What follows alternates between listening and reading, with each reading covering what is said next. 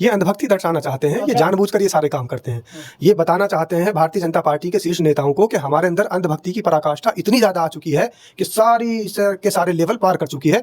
अब हम परिपक्व हो चुके हैं प्रमोशन के लिए। अब हमें मंत्रालय दिया जाए, अब हमें ऊंचे ऊंचे अच्छे पदों पर आसीन किया जाए। कोई भी व्यक्ति भारतीय जनता पार्टी का नेता अगर उसे अपनी जो साबित कराना है पार्टी के अंदर और अपनी काबिलियत साबित करानी है तो उसको ज़्यादा से ज़्यादा उलूल जुलूल बयान देने पड़ेंगे, ज़्यादा से ज़्यादा बेटियों का अपमान करना पड़ेगा और हो सकता है ज़्यादा से ज़्यादा बलात्कार की वीडियोस भी अपनी वायरल करनी पड़े। आप देखिए प्रज्वल रेवन्ना नरेंद्र मोदी जी के साथ खड़े रहते थे। आप देखिए कुलदीप सेंगर, बलात्कार का आरोप लगा, सिद्ध हुआ, सारे काम हुए, बाद में जो है वो साक्ष्य मिटाने के लिए हत्याएं भी करा देते हैं। नमस्कार, स्वागत है आपका। मेरा नाम है विपिन विभाग, मेरे साथ मेरे सहयोगी शादाब रिजवी। धन्यवाद साहब। कांग्रेस ने मध्य प्रदेश के उप मुख्यमंत्री जगदीश देवड़ा के उस बयान पर कड़ी आपत्ति जताई है जिसमें उन्होंने भारतीय सेना को प्रधानमंत्री नरेंद्र मोदी के चरणों में नतमस्तक बताया था। कांग्रेस नेता सुप्रिया सुरीनेत ने राज्य के मंत्री विजय शाह द्वारा कर्नल सोफिया कुरैशी पर की गई शर्मनाक टिप्पणी की भी निंदा की है और दोनों नेताओं को तत्काल बर्खास्त करने की मांग की है। कांग्रेस प्रवक्ता सुप्रिया सुरीनेत ने कहा है कि बीजेपी लगातार सेना का अपमान कर रही है क्योंकि उसकी रगों में बलिदान का नहीं मुखबिरी का खून है। कांग्रेस नेता ने कहा है कि भारतीय सेना ने हर बार दुश्मन को धूल चटाई है। जिस सेना के शौर्य और पराक्रम के आगे पूरा देश नतमस्तक है, उस सेना के लिए यह कहना कि वह किसी के चरणों में नतमस्तक है अत्यंत आपत्तिजनक और असहनीय है। उन्होंने जोर देकर कहा है कि देश भारतीय सेना का अपमान बर्दाश्त नहीं करेगा। सेना के लिए ऐसे निम्न स्तरीय विचार रखने वाला व्यक्ति किसी भी सार्वजनिक पद पर बने रहने योग्य नहीं है।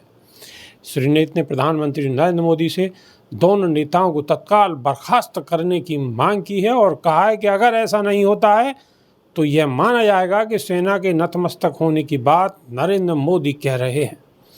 मध्य प्रदेश के उप मुख्यमंत्री और मंत्री को प्रधानमंत्री का संरक्षण प्राप्त है।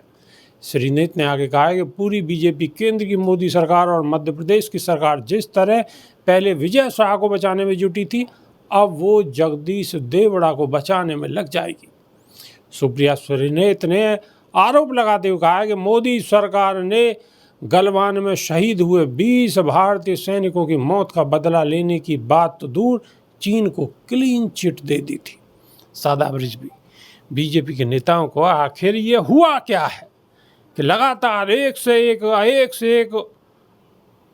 अजीब अजीब बयान दे रहे हैं, बिल्कुल जन कहां से निकाल के ला रहे हैं। ये अपने बड़ों से सीख रहे हैं जी। जैसे इनके बड़े शीर्ष नेता हैं, वो विश्व स्तर पर जाकर बड़ा तगड़ा झूठ बोलते हैं, जुमलेबाजी के लिए पहचाने जाते हैं और जगह जगह उनके जुमले फेमस हैं। और यहाँ तक कि आप देख लीजिए कि जो अब बीजेपी के नेता उभर कर आ रहे हैं तो वो कहीं ना कहीं उग्रवादी भाषा का इस्तेमाल कर रहे हैं। जी। तो अब इनको आतंकवादी या उग्रवादी कहना गलत नहीं होगा।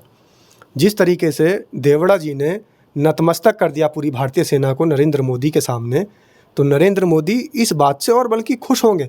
उस पर केस करने की जगह, उसे पार्टी से निकालने की जगह उस पर खुश होंगे कि वाकई हमारे यहाँ हमारे इतने अंधभक्त हैं कि वो देश की सेना को भी हमसे नीचा ही मानते हैं, नतमस्तक कर देते हैं। बिल्कुल। तो ये पूरा सिलसिला इसीलिए लगातार जारी है भारतीय जनता पार्टी में, क्योंकि भारतीय जनता पार्टी में नेता जैसे ही अनाप शनाप बयान देते हैं और जैसे ही अपने आकाओं को खुश करने के लिए महिलाओं का अपमान करते हैं, बहु बेटियों का अपमान करते हैं, देश की सेना का अपमान करते हैं। तो शादाब रिजवी, आखिर ये वजह क्या है? ऐसा ये इतने पढ़े लिखे तो होंगे कि वो क्या बोल रहे हैं, ये मतलब क्या दर्शाना चाहते हैं इनकी आखिर? ये अंधभक्ति दर्शाना चाहते हैं, ये जानबूझकर ये सारे काम करते हैं। ये बताना चाहते हैं भारतीय जनता पार्टी के शीर्ष नेताओं को कि हमारे अंदर अंधभक्ति की पराकाष्ठा इतनी ज़्यादा आ चुकी है कि सारे लेवल पार कर चुकी है। अब हम परिपक्व हो चुके हैं प्रमोशन के लिए। अब हमें मंत्रालय दिया जाए, अब हमें ऊंचे ऊंचे अच्छे पदों पर आसीन किया जाए। कोई भी व्यक्ति भारतीय जनता पार्टी का नेता अगर उसे अपनी जो साबित कराना है पार्टी के अंदर और अपनी काबिलियत साबित करानी है तो उसको ज़्यादा से ज़्यादा उलूल जुलूल बयान देने पड़ेंगे, ज़्यादा से ज़्यादा बेटियों का अपमान करना पड़ेगा और हो सकता है ज़्यादा से ज़्यादा बलात्कार की वीडियोस भी अपनी वायरल करनी पड़े। आप देखिए प्रज्वल रेवन्ना नरेंद्र मोदी जी के साथ खड़े रहते थे। आप देखिए कुलदीप सेंगर, बलात्कार का आरोप लगा, सिद्ध हुआ, सारे काम हुए, बाद में जो है वो साक्ष्य मिटाने के लिए हत्याएँ भी करा देते हैं। उनका उतना ही प्रमोशन हो जाता है।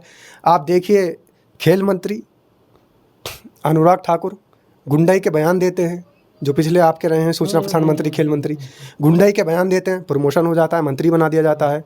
मतलब ये कहें तो ये तमगे हैं, जितना भी ये अप्रिय बात बोलेंगे ये तमगे हैं, सरकार की तरफ से इन्हें और सुशोभित किया जाएगा। ये सब ध्यान आकर्षित कराने के लिए कि भारतीय जनता पार्टी का शीर्ष नेतृत्व हमारी तरफ को ध्यान नहीं दे पा रहा है। अब हम अंधभक्ति में लोगों का, भारत देश का, भारतीय सेना का, भारत की बेटियों का, भारत की बहुओं का, बहन बेटियों का, और यहाँ तक के अपमान के साथ साथ इस देश के संविधान को भी तार तार किया जाए, इस देश के कानून की भी धज्जियां उड़ाई जाए, जिससे कि हमारी जो शीर्ष नेतृत्व पार्टी के हैं उनका ध्यान। और वो तो सीजीआई ने भी बिल्कुल स्पष्ट कर दिया कि मंत्री हैं, कुछ नहीं हो सकता। मंत्री हैं, गवाई जी ने कहा कि मंत्री हैं, हालांकि मैं जानता हूं आपका कुछ नहीं होगा, लेकिन आपको पद की गरिमा रखनी चाहिए थी। तो गवाई साहब ने भी ये बात कहकर ये जता दिया कि भारतीय जनता पार्टी का मंत्री होना यानी कुत्ते की दुम होना। तो अगर बीजेपी इस पर कोई कार्रवाई नहीं करती है तो ये चीज़ तो और ज़्यादा आगे बढ़ती जाएगी। अब ये कह रहे हैं फिर सत्ता पक्ष को भी, जो विपक्ष में है उन्हें भी कुछ ना कुछ बोलना पड़ेगा, क्योंकि भाई उन्हें तो जनता की लड़ाई लड़नी है, कहीं ना कहीं इनका विरोध करना है।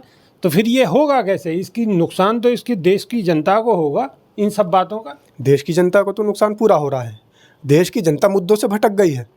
देश की जनता को जिस समय गैस सिलेंडर के दाम पर आवाज़ उठानी चाहिए थी, पेट्रोल के दाम पर आवाज़ उठानी चाहिए थी, गैस की बढ़ती कीमतों पर आवाज़ उठानी चाहिए थी, साथ ही पेपर लीक के मामलों पर आवाज़ उठानी चाहिए थी, बेरोजगारी पर, स्वास्थ्य सेवाओं पर आवाज़ उठानी चाहिए थी, उस समय देश की जनता देवड़ा जी के बयान देखकर खुश हो रही है कि देवड़ा जी ने क्या बयान दिया, विजय शाह जी ने क्या कह दिया देश की बेटी को। और कुछ अंधभक्त तो ऐसे हैं कि उनको और प्रमोट कर रहे हैं और वायरल कर रहे हैं कि विजय शाह ने बहुत बढ़िया बात कही है।